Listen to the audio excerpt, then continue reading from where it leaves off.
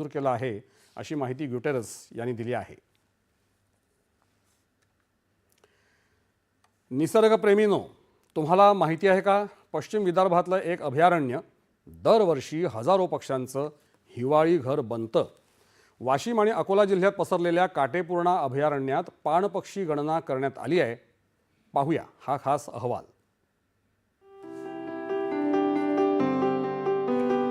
हिरवळीनं नटलेलं, शांत पाण्यानं वेढलेलं काटेपूर्णा अभयारण्य, ज्याला लोक प्रेमानं पाणी देणारं जंगल म्हणतात।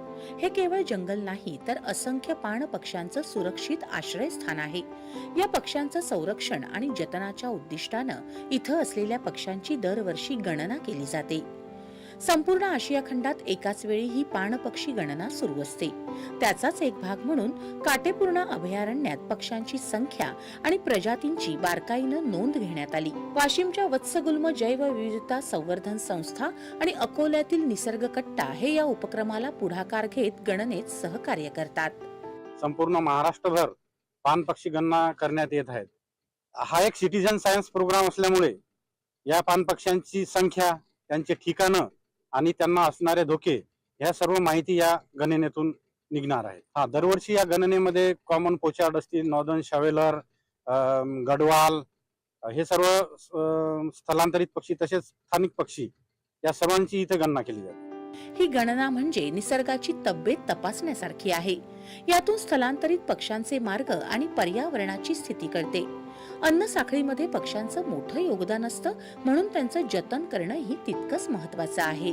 अन्न साखळीमध्ये पक्ष्यांचे एक अनन्यसाधारण महत्त्व आहे। जलाशयावर जे आम्ही बेट तयार केले होते, या बेटांवर आज असंख्य असे पक्षी आम्हाला पाहायला मिळाले, ज्याचे एक अनन्यसाधारण महत्त्व हे जैव विविधतेमध्ये आहे। पक्ष्यांचं म्हटलं तर पक्षी हे खूप महत्त्वाचा घटक असतो। अत्यंत चंचल अशा स्वभावाचे हे पक्षी असतात। वाशिम जिल्हा हा उत्तर दक्षिण स्थलांतर मार्गावरील पक्ष्यांसाठी महत्त्वाचा थांबा ठरत आहे। इथले जलाशय, हिरवळ आणि सुरक्षित परिसर पक्ष्यांसाठी अन्न आणि विश्रांतीचं उत्तम ठिकाण बनले आहेत। करडा बगळा, सापमाने पाणपक्षी, लहान पाणकावळा, काळ्या पंखांची टिटवी, जांभळा जलकोंबडा, रिव्हर्टन, सामान्य पाणबदक, आशियाई चमचा बगळा, उत्तरी शेपटा बदक आणि सुरखा बदक अशा अनेक पाणपक्ष्यांची नोंद इथं घेतली जाते। वातावरणातील बदलांमुळे पक्ष्यांवर होणारे परिणाम सुद्धा या जनगणनेच्या माध्यमातून समजतात।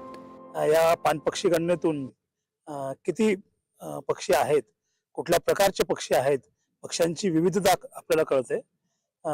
जेवढ्या प्रकारचे पक्षी असतील तेवढी विविधतेने नटलेली त्यांची खाद्य संस्कृती असेल, तेवढी जैवविविधता असेल। वेगवेगळ्या प्रकारचे पक्षी गणना करणे हे खूप महत्त्वाचे आहे। दरवर्षी ही गणना आपण घेतो, त्यामुळे कुठल्या वर्षी किती पक्षी आलेत, कुठल्या प्रकारचे पक्षी आलेत, वातावरणामध्ये कुठला बदल होतोय का, त्यांच्या बिहेवियर मध्ये काही बदल होतो का, या सगळ्या गोष्टी आपल्याला कळतात। काटेपूर्णा अभयारण्यातील पक्ष्यांची गणना म्हणजे केवळ आकडे मोजणं नाही, तर निसर्ग किती सुरक्षित आहे हे पाहणं आहे। जर पक्षी सुरक्षित असतील तर आपलं पर्यावरणही सुरक्षित आहे आणि आपलं भविष्यही। दूरदर्शन बातम्यांसाठी रामदास धनगर, वाशिम। आता राज्याच्या विविध जिल्ह्यांमधल्या